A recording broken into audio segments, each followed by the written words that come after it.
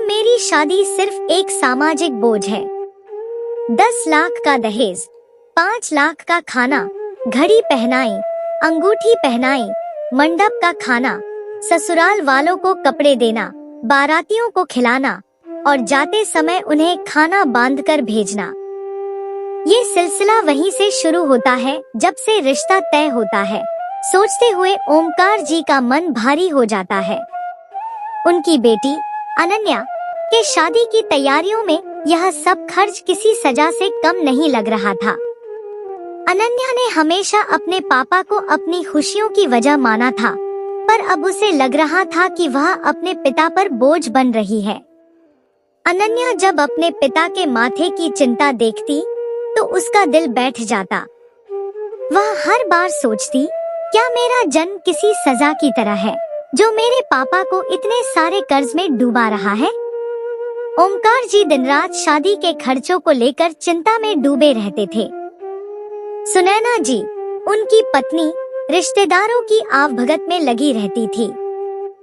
कभी ननद आ रही होती तो कभी जेठानी।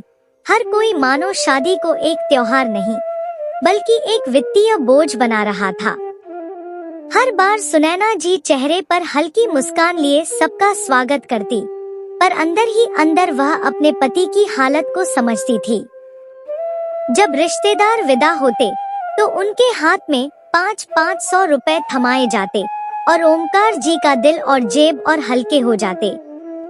मंगनी के बाद से लेकर शादी के दिन तक बारातियों की संख्या पर भी चिंता होती। 500 लोग लाएंगे या 800? ये सवाल हर वक्त ओमकार जी के दिमाग में घूमता रहता। अनन्या जब भी यह सब देखती तो उसके दिल में एक दर्द उठता। वह रोज अपने पापा के पास बैठकर उनका सिर दबाती और मन ही मन भगवान से प्रार्थना करती कि काश इस सब का कोई और हल होता। रस्मों का बोझ या बेटी की जिम्मेदारी? शादी की इन भव्य रस्मों और रीति रिवाजों ने ओमकार जी जैसे अनगिनत पिता को कर्ज में डूबने पर मजबूर कर दिया है। यह सच है कि बेटी का विवाह एक खुशी का अवसर होता है, लेकिन इस खुशी के पीछे छिपे कर्ज और बोझ को अक्सर अनदेखा कर दिया जाता है। क्या यह सही है कि किसी पिता को अपनी बेटी की विदाई के समय कर्ज में डूबना पड़े? क्या समाज को इन बोझिल रस्मों को बदलने का वक्त नहीं आ गया है? अनन्या और उसके जैसे कई अन्य बेटियां यह सवाल पूछ रही हैं।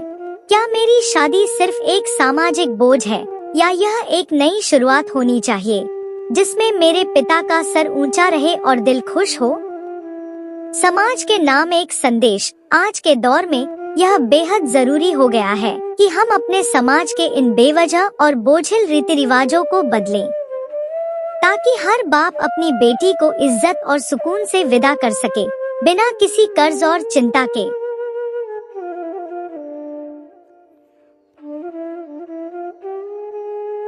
संपत्ति का बंटवारा हो गया और पिता अकेले रह गए। एक पिता और पुत्र व्यापार में साथ काम करते थे। वर्षों बीत गए और पुत्र की उम्र 40 के करीब पहुंच चुकी थी, लेकिन पिता उसे न तो व्यापार की स्वतंत्रता देते थे और न ही तिजोरी की चाबी। पुत्र के मन में यह बात लगातार खटकती रही। वह सोचता, अगर पिताजी मुझे इसी तरह नियंत्रित करते रहे तो मुझे कभी व्यापार में कुछ नया करने का मौका नहीं मिलेगा। पुत्र के अंदर यह असंतोष धीरे धीरे बढ़ता गया और एक दिन झगड़े के रूप में फूट पड़ा। आखिरकार दोनों के बीच संपत्ति का बंटवारा हो गया और वे अलग अलग हो गए। पुत्र अपनी पत्नी और बच्चों के साथ रहने लगा, जबकि पिता अकेले हो गए। पिता की पत्नी का देहांत पहले ही हो चुका था और उन्होंने किसी अन्य व्यक्ति को अपने साथ रहने या सेवा करने के लिए नहीं रखा, क्योंकि उन्हें किसी पर भरोसा नहीं था। वे खुद ही साधारण भोजन बना लेते या कभी कभी भूखे ही रह जाते। उनकी बहू बचपन से ही धार्मिक प्रवृत्ति की थी और उसमें बड़ों के प्रति आदर और सेवा का गहरा भाव था। जब उसे अपने ससुर की इस स्थिति का पता चला तो उसे बहुत दुख हुआ और आत्मग्लानि भी महसूस हुई। उसने अपने पति को समझाने की कोशिश की, लेकिन वह नहीं माना। पति के मन में पिता के प्रति अभी भी कड़वाहट थी। तब बहू ने एक ठोस निर्णय लिया।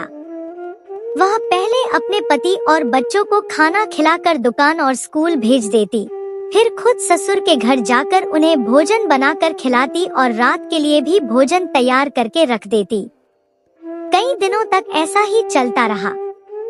एक दिन पति को जब यह बात पता चली तो उसने अपनी पत्नी को रोकने की कोशिश की और कहा, तुम इतना परिश्रम क्यों करती हो?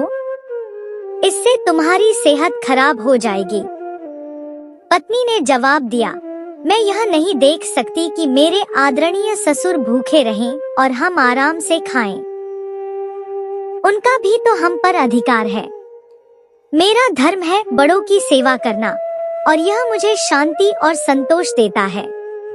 उनमें भी मेरे भगवान का वास है।